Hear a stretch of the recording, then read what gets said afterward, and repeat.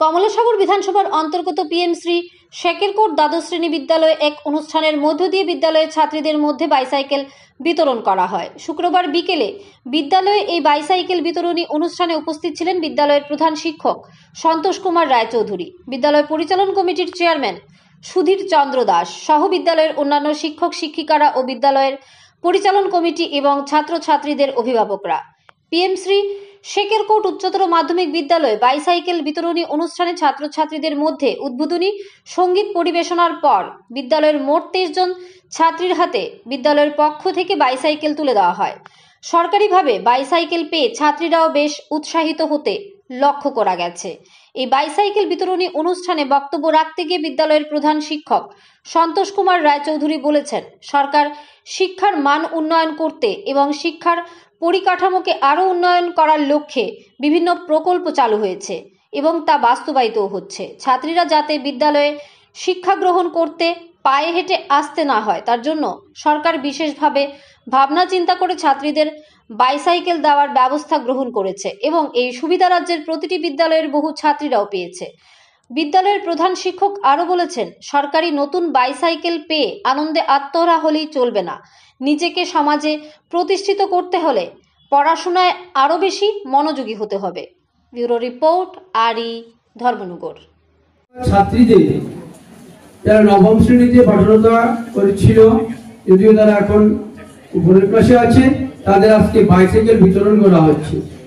প্রতি বছরের ন্যায় আমরা এবছর আমাদের এই বাইসাইকেল বিতরণের আজকে অনুষ্ঠান আমরা উদযাপন করছি, অনুষ্ঠান করছি। আমাদের আজকে উপস্থিত থাকার কথা ছিল আমাদের স্থানীয় বিধায়িকা শ্রীমতী অন্তরা সরকার দেব মহোদয়া।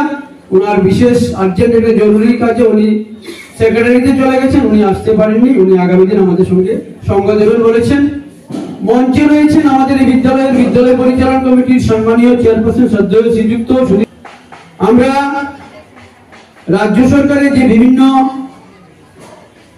আমাদের বিদ্যালয়গুলিতে সুযোগ সুবিধা দিয়ে থেকে স্টাইপেন্ড, বাইসাইকেল বা আমরা সুপার 30 বিভিন্ন ট্যালেন্ট সার্চ, বিভিন্ন এক্সামগুলি কম্পিটিটিভ বিভিন্ন এক্সাম হয়ে থাকে, এগুলো আমরা আমাদের বিদ্যালয়ের ছাত্রছাত্রীদের জন্য আমরা সহযোগিতা করে থাকি। আজকে এরকমই একটা আমাদের অনুষ্ঠান, আমরা বাইসাইকেল ছাত্রীদের বিতরণ করছি।